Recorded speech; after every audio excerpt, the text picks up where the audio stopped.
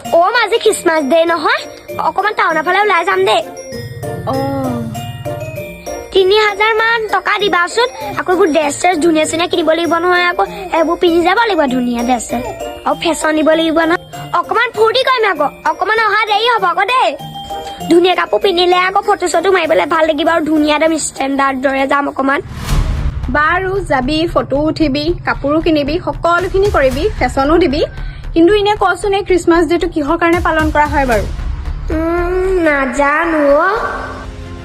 নাজানো, খালি আৰু কিবা এটা দিৱস আহিলেই হ'ল আৰু ধুনীয়া ধুনীয়া কাপোৰ পিন্ধি চেলফি দুখনমান মাৰি, ফটো মাৰি, ভিডিঅ' বনাই, এইবোৰ কিবা কিবি কৰাত একদম মানুহ উৎসুকিত হৈ থাকে। কিন্তু দিৱসটো কিহৰ কাৰণে পালন কৰা হয়, কাৰ বাবে পালন কৰা হয়, এইবোৰ কথাৰ জানিবলৈ কোনো প্ৰয়োজনেই নাই, নহয় জানো? আজিকালি যি দিনকাল পৰিছে, কিহৰ কাৰণে দিৱসসমূহ পালন কৰা হয়, কি কাৰণত পালন কৰা হয় বা কেতিয়া পালন কৰা হয়, এইবোৰ একো কথা নাজানে। মুঠতে ফটো আৰু ভিডিঅ' মেইন আৰু। হয়তো আজিকালি মানুহে ফটো ভিডিঅ' ফেশ্বন শ্ব' এইবোৰতে দৌৰোতে এইবোৰ কথা পাহৰিয়ে থাকিলেও। প্ৰথমতে কাৰ বাবে দিৱসটো পালন কৰা হয় এই সকলোখিনি কথা জানি ল'বি, তাৰ পাছত ফেশ্বন দিবি, ফটো মাৰিবি, ভিডিঅ' বনাবি দেই।